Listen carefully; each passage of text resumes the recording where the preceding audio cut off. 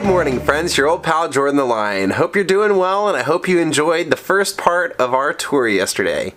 Scott Michaels was so cool, and he took us all out for a tour, and just basically we got to hang out, and today you're going to see a little bit more. So I hope you enjoy it. And Patreons, there's a special part 3 for you over on Patreon. Enjoy, everybody. They'll be outside a polling place and look for famous people that can go, did you go vote today? You know, that kind of a thing. So this place is a polling place when there's elections. And one of the people they had coming out that they interviewed was Monica Lewinsky. Right here. And behind Monica Lewinsky, you can see the street sign. Right there. Oh, man, that's amazing. That's hilarious. They get photos of her standing in front of the Clintons. I don't think so. I knew it because I saw it. So a lot of people, famous people, still live in Hancock Park. Kathy Bates lives very close by. Howard Hughes' old house, the one where he used to land his plane and walk on. He'd land his plane in a golf course and walk through to his backyard. This was the golf course he'd land on. You ever seen the Spruce Moose, Adam? This is the house that Chris Brown pulled over in front of to beat the shit out of Rihanna. Oh, let me get this. Jacob gets all excited now. Wow, so it was right here that... Jeez, Chris Brown.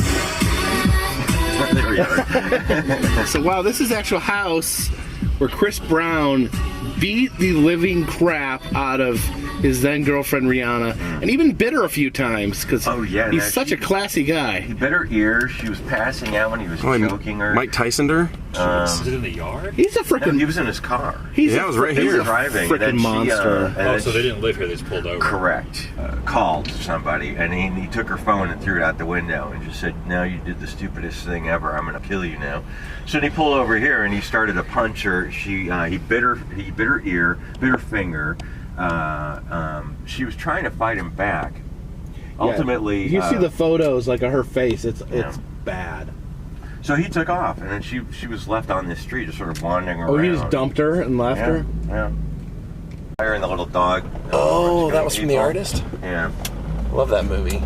Living room was the from the Addams Family, that big polar bear. Oh, really? In Rob Zombie's house. You said that he bought Dan Blocker's house. Yeah. It's pretty cool. Right. And he lived across the street from Melanie Griffith and Antonio Banderas, too. And Dan Blocker. That house over there is Melanie Griffith and Antonio Banderas' house. This was Rob Zombie's house. Yeah. Used in '77 for the Addams Family reunion. Oh, TV show reunion. And you said this is the original Willard house. And they used this in Witchboard, I think it was. But yeah, it's for sale again. It wasn't for... Originally wasn't here. It was moved here. Yeah. The original. It was downtown. Not the one with Crispin Glover, not the remake, but the original. There's great shots of it where they actually, in the Addams Family too. Carolyn Jones and What John Addams Astin. Family? What era? It was a 1977 reunion movie. It was like 15 years after the show went off the air, and everyone who was still alive was in it. The only one that was dead was Blossom Rock, who played the grandmother. That's really cool, man. I got to rewatch the original one. Oh, is this Irving? The corner of Irving is where the mansion from Sunset Boulevard used to be. Right. It was used in Soap. Oh, yeah. And it was also used in... I love that show. A great horror movie in the 80s called One Dark Night.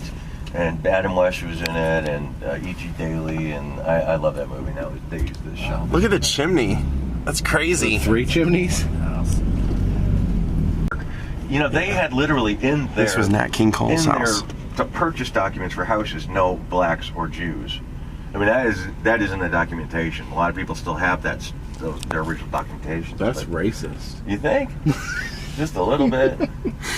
So, and then, what happened? Somebody knocked down his door and said, "We don't want black people here." And he says, "Well, neither do I." I don't know what. There was a really good comeback story about that. But yeah, and then across the street where that Bougainvillea is, that's, I believe, William L. Peterson's house, or used to be, the guy from the original Vegas forensic show. So in the movie, they used this. They built an exterior on the soundstage too. Yep. But they used this for a lot of outside shots. Have you ever seen the driving one, especially? Yeah. The movie, Whatever Happened to Baby. The extra features show that making of, and it has them all up in cranes around these houses. It's really cool. And then, so next door neighbor in the movie, her name was Anna Lee. Her daughter was Beattie Hyman, was Betty Davis's real daughter, played the next door neighbor's daughter here.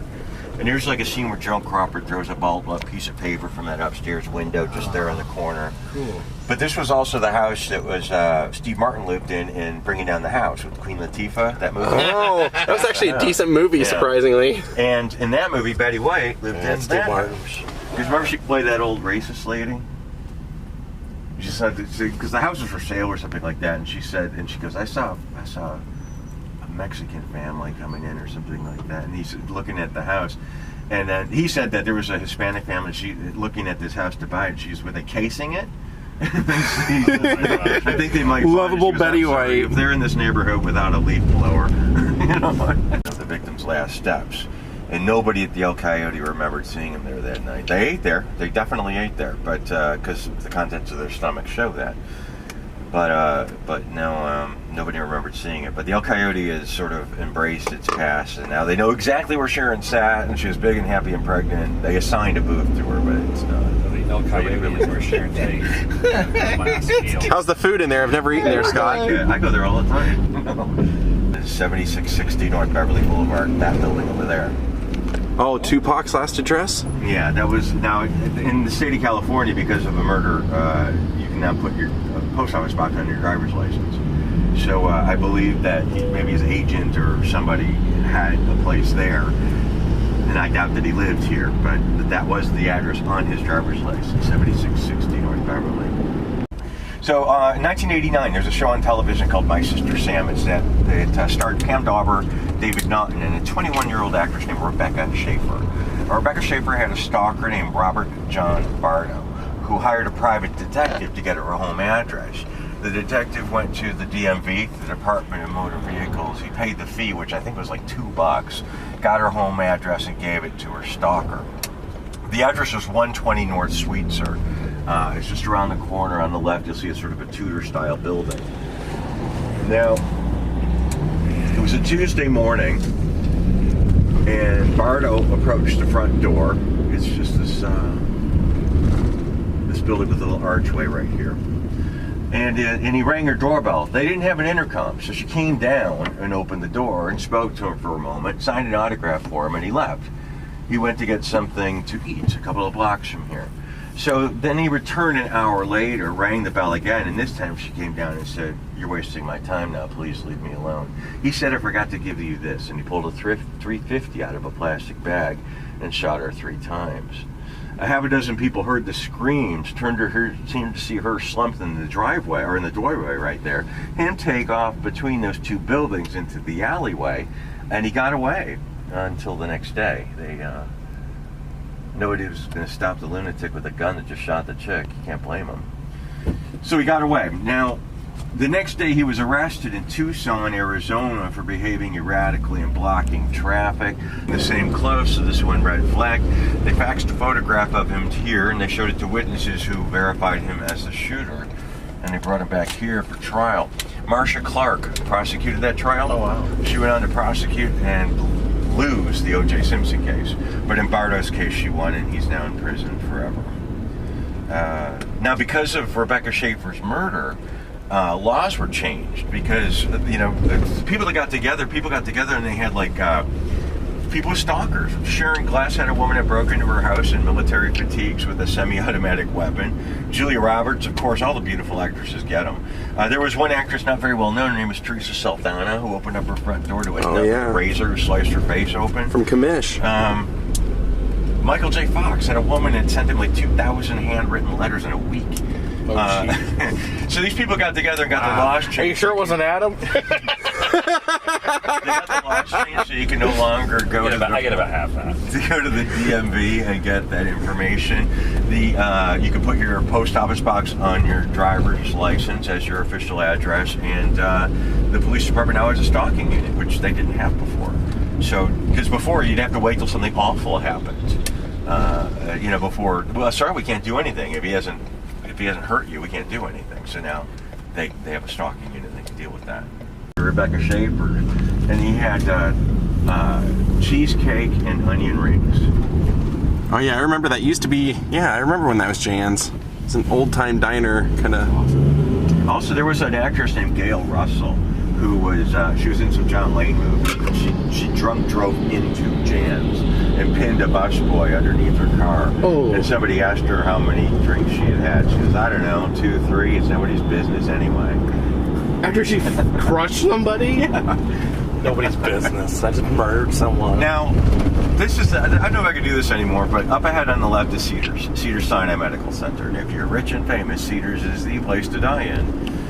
Famous people that have died in Cedars include Minnie Riperton, Sammy Kahn, Audrey Lindley, Gracie Allen, Lucille Ball, Fanny Bryce, River Phoenix, Marion Davies, Audrey Meadows, Avery Schreiber, Groucho Marx, Gilda Radner, David O. Selznick, Ava Gabor, Van Heflin, Bobby Darin, Cornel Wilde, Barry White, Jonathan Brandis, Easy E, Biggie Smalls, Charles Bronson, Peter Lawford, Danny Kaye, Andy Kaufman, Frank Sinatra, Martha Ray, Dominique Dunne, Dick Sargent, Isabel Sanford, Johnny Carson, Lou Rawls, Don Adams, Edward G. Robinson, Henry Fonda, Rebecca Schaeffer, Ann Miller, Ron Carey, Tom Poston, Merv Griffin, Robert Goulet, David Gross, Sid Charisse, Mr. Blackwell.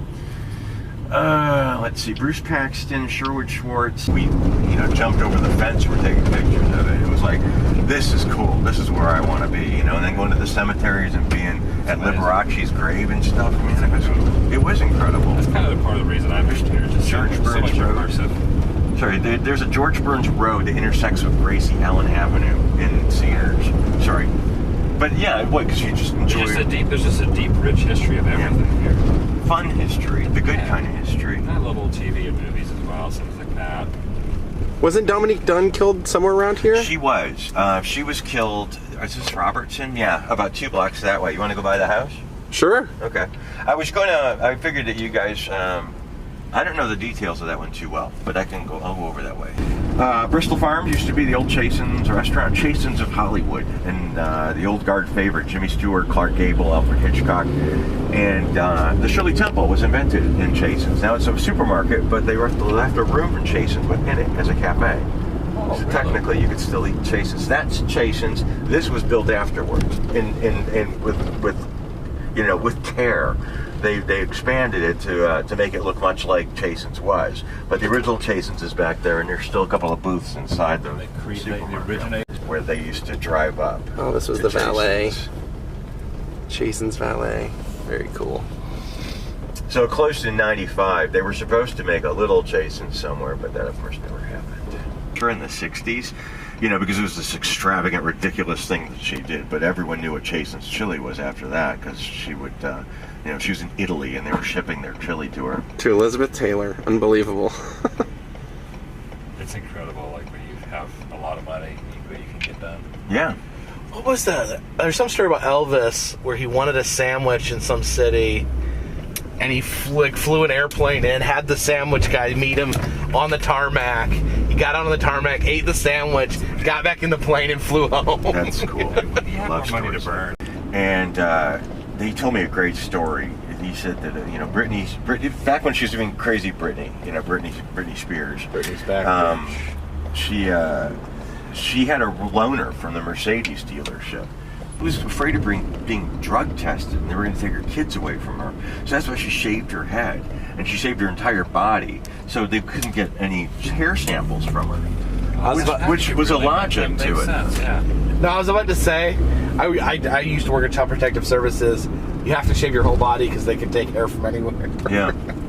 And then Dr. Laura's mother, Yolanda Schlesinger was her name. She was another one of those ladies that rotted away in her house for months before anyone found her. Dr. Laura's not checking up on her often, or? No, Dr. Laura. No, her name was Yolanda Schlesinger. She lived on the first floor of this building, and her neighbor. She had a bird, a cockatiel, and the mail was piling up, and nobody heard the bird anymore. And they did a welfare check and found that she'd been dead for about 3-4 months. She died on a floor. How was the bird? She melted into the carpeting.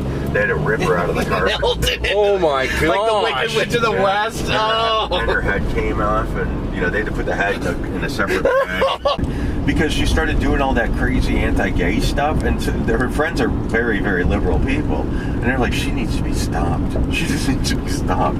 So they released these naked pictures of her just to take away her credibility. Dr. Laura. Crazy.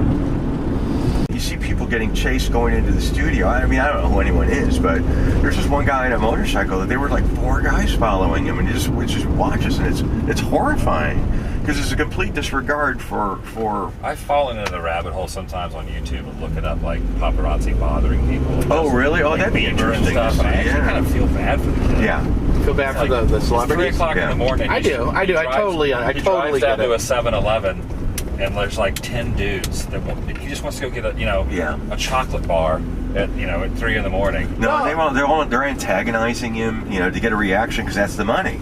That's where the money is, to get a specific shot. Alec Baldwin, you've seen any of those? I saw one where he put like shaving cream on the windshield of their car so they couldn't film it. It's got to be very stressful. It's just, you sign up for fame, but you don't realize that it didn't used to be that way. There was respect before. Yep. And now there just isn't on any level, from the start of to the press, etc. This is the house where Dominique Dunne was murdered. She was the older girl in the older sister in Poltergeist with the long black hair, and she was her father was Dominique Dunne, the crime writer. The oldest sister in Poltergeist. She was strangled. What do you think about the Poltergeist curse? I don't. Dominique Dunne was strangled. She actually was beat up by her boyfriend a couple of days before, and then went and stayed with her mom, I think. Her whole family hated the guy. John Mora is what he goes by. Yeah. That's what he goes by now. And so she was trying to break it off with him. She dumped him. And she was inside the house running lines. She was in a show called V, a news show. And he came back here, her boyfriend came back here. Why I'm blanking on his name now, I don't know. But anyway, he came and knocked on the door. Now, David Packer was the actor who was inside with her, and she says, wait here, I'm going to go outside and talk to him. So out here, they started screaming, and she told him to stay inside, so he was just staying there inside, and he heard him screaming. So he made a phone call to somebody saying, if something happens, this is the guy who did it, to him. He looks outside, and Dominique is laying in the driveway, and he's got his hands around her neck, and he makes eye contact with Packer and says, I killed my girlfriend. So they took her to Cedars. She wasn't dead. She was on life support for about a week. They finally took her off life support and harvested her organs. And then there was the trial, and he was only given 2.5-year sentence.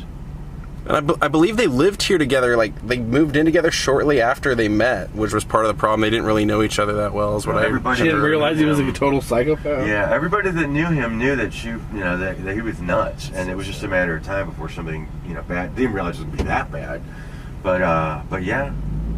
Oh, he said that was Elektra Records. Records. Shop, psychedelic clothing shop. And this was Pam Morrison's kind of psychedelic hippie dress shop. That way, where they recorded LA Woman in the bathroom. You've probably seen that, right? Yep. I haven't seen that yet. All right. Well, it is about a block that way. I've been by where he had the apartment or the hotel room. That's there, yeah. And then he used to drink this liquor store right here. He used to get his booze there when he was staying at the hotel right there. The phone booth was here. The hang-up was there. Headquarters where they recorded is about a block that way. It's an old restaurant. It has a plaque in front of it. And he recorded. He laid down the vocals in LA Woman in the bathroom there. That's the former Flippers roller skating rink, disco. Prince made his first LA performance there. Cher had a famous roller disco birthday party here. The CVS now. And the Bernie's, if you have been there, that's where Janice scratched her name in the table. It's still in there. Yeah. Yep. Chance Joplin. And Jim Morrison was busted for pissing on the bar. Now there's a plaque there. There's Barney's Beanery where Janis Joplin wrote her name at the table, and Jim Morrison urinated, and they have a plaque. So they have a plaque dedicating that moment. Well, they don't dedicate it, but that's where it was. They didn't do it to his urine, but they did it to Jim Morrison in the spot where he peed. They just want you to know that Jim Morrison left his mark like a wolf. Yeah, right. Himself to the guy that's going to jump out the building. Oh, Mel Gibson. That's the building where they filmed that. And then right there on the corner was where they had the argument inside. Right in there. Yeah, you're right. Wow. That is it. The sign's still up there. He was crazy. Regulars at the bar. It was like Cheers, except, really rough version of Cheers. And they closed it down, and now it's just Connie and Ted's place. But that was a Shelley hangout. She was there like every day. Shelley, Robert Forster used to eat there a lot. Everybody beats you up. Yeah. They don't know your name. Scott actually was just mentioning that this used to be the Silver Spoon. This is the place I used to eat a lot of meals with Shelley. Had a lot of lunches there before they renovated it and turned it into Starwood? This is where Starwood used to be. Oh, the Starwood. And you know that story about, what's the chick's name, the blonde chick from The Runaways? Carlisle? Belinda Carlisle? Cherry something. Oh. She during the middle of the show, or right before the show, she decided to go across the street and get some, like a bustier, and that became her trademark. And the bustier was Lily St. Cyr's salon. Anyway, never mind, she was a big stripper. There used to be a bike shop. One of the Manson victims bought a bike the afternoon she died in that shop, Abigail Folger. Foo bars where Anna Nicole Smith had a Halloween party once. And we got the guy right behind me, of course. This is his institute, and then around the corner is the Marilyn Monroe Theater. Scott was just telling us that Marilyn left a lot of her estate, of course, as I mentioned before, to, I think it was Paula Strasberg. Oh, Lee. Or Lee, yeah. At the time, yeah. And so Marilyn Monroe pays for the theater. So Marilyn, now the woman who was Lee's third wife, who never even laid eyes on Marilyn, now is the beneficiary of several $1 million a year thanks to Marilyn. With Marilyn's funeral arrangements, and I interviewed him. And I'm going to play this. This is something he told me about Marilyn's funeral. When the family brought in the clothing for her, they didn't bring in any panties in because they said she never wore them. Fortunately, somebody at the coroner's office had the dignity to tear a sheet up and make kind of a diaper for her. It was the only body I ever saw come out of the LA County Coroner's office that was not totally nude. I mean, somebody was really respectful and did that for her.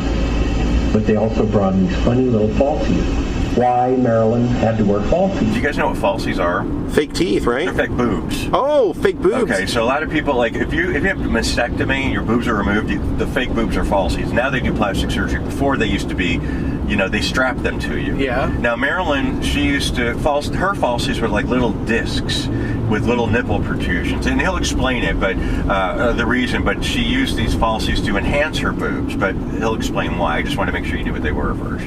I asked Whitey Snyder, her makeup man, why she had these falsies, and they weren't even full size.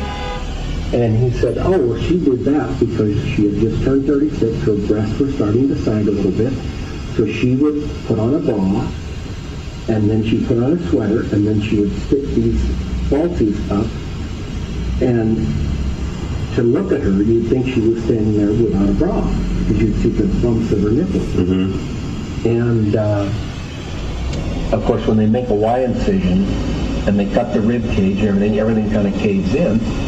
And we were in the embalming room, and I was helping the embalmer. So the first thing that he had to do was to get this horrible swelling out of her neck. I mean, she had actually skin hanging down. I mean, she died face down. And when we got her dressed in this chartreuse Pucci gown, and she still looked terrible. Her face was just a mess. Mrs. Hamrock walks into the embalming room, and she was Slavic and kind of rough talking. I mean, she'd cuss like a sailor, and and she walks in and she looks and she says, "That doesn't look like Marilyn to me. Where are her boobs?" The embalmer said, "Well, Mrs. Hamrock, they did an autopsy on her, and that's why she's, flat." And he said, "We even used the falsies that their family brought in, but they were way too small. They didn't do any good." And she said, "Falsies." And she goes over to the wall and she starts rolling off cotton. Most mortuaries have cotton rolls on the wall. And she goes over and she starts stuffing the cotton into the bra until she was all filled out like she should be. And she backed up and took a look at it and she says, "Now that looks like Marilyn Monroe," and turned around and walked out the door. Yeah, Eddie Murphy had a thing for trannies. Eddie Murphy picked up his tranny right there. But she had an outstanding warrant, so she spent some time in jail rather, and Eddie Murphy was let go with a warning. But they say that she was going to go public, she was going to sell her story or something, and then she ended up falling off the top of a 5-story apartment building over by the Ambassador in her Fredericks of Hollywood bra and panties. What'd you think, Jacob? How was our tour? Awesome. Absolutely awesome. Since you know nothing about movies, we've now found out. Now I know everything about movies. You're an expert. Well, how cool is that? Scott Michaels took his whole morning to take us around, hang out with us, show us around, and there was some really awesome stuff that we got to do I didn't put on camera, but I might tell you about it in the future. That's it. We're done. Have a great night. I don't exist. Ignore him. Can you CGI me out? You're not even CGI me out. I'm not on the internet anymore. I've been erased. We're done. Have a great night, guys. See y'all tomorrow. Goodbye.